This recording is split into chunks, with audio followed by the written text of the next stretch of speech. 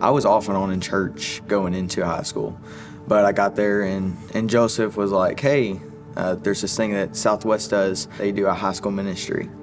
I am a sponsor for the Fellowship of Christian Athletes in my high school. I got involved with HSM, and ever since then, I didn't stop going back. I see in Peyton a person who cared about other people and was compassionate about other people from the beginning. On March 1st of 2021, my sister Melon dropped me off at work that day at Chick-fil-A, and I was probably working for about an hour and a half, and one of my bosses came up to me and was like, hey, you have a phone call. I'm gonna need you to come in after you take that person's order. But I came in and took the phone, and it was one of my mom's friends. And she was talking to me, and she was like, don't freak out. She said your sister was in an accident on the way home. I was up at my school working a basketball game scorekeeping, and got a text from Peyton in our group Remind that said that Madeline had been in a wreck and that he wasn't certain of what had happened, but for us to pray for her. So the moment when they picked me up from Chick-fil-A, I got in the car and I got another phone call. And the phone call was that she passed away. There's a large outpouring of support at Butler High School tonight as friends and family remembered a teenager killed in a crash last night. 17-year-old Madeline Trout was a cheerleader at Butler. Police say Madeline was killed when a truck crossed the center line on Dixie and hit her car head on. It felt like I was being suffocated. And it was a long car ride, a very long car ride. So I sent a text out to my youth group and was like, hey, could y'all be praying? Madeline just passed away, stuff like that. And I think that was when they decided they were gonna come up. I turned my car around on Dixie Highway and got up on the expressway. And the first person that I thought about calling was Matt Slavin.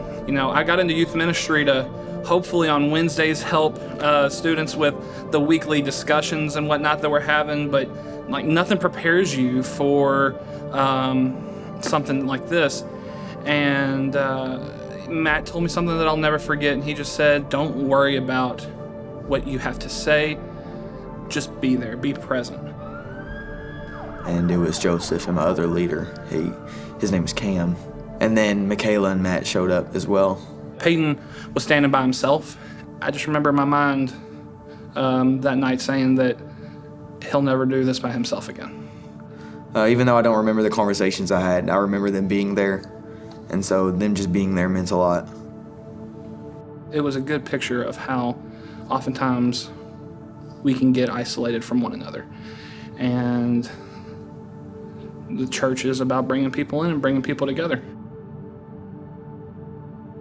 In some ways, you can make an argument that the church was at its brightest in the darkest moment of that. It was just trying to be the church. In the days to come, we had different prayer circles and whatnot, because when Madeline passed away, it was more than just Peyton that was impacted. The things I ran to was the family and God and the church community. If I didn't have the church community, then I wouldn't be at the place I am now. No one really invested in me or had an impact on me in high school, and one of the big reasons that I got involved in student ministry was simply because I wanted to be able to be engaged and involved in some of the most transformative years of the youth. My sister's passing became a defining moment because it pushed me towards Jesus. Everyone who knows me knows the story of Madeline and how, my faith is. I've told Peyton before, God doesn't waste pain. I think that a lot of things that have happened throughout his life, he's going to be able to help the youth in the future that are going through similar hurt, through similar struggle. Peyton's going to have experience to be able to help people that have gone through a similar pain that he can walk through and be the impact that he wishes to be in this life. Youth ministry has been a part of my life all through high school. And if it wasn't for youth ministry, I wouldn't be here. The way I'm carrying on my sister's legacy is definitely through my ministry. I felt a calling in my sophomore year of high school. I was thinking about it before Mom passed away, about going into youth ministry. But ever since she passed away, it was like, yes, this is what I'm doing. This is what I want to do.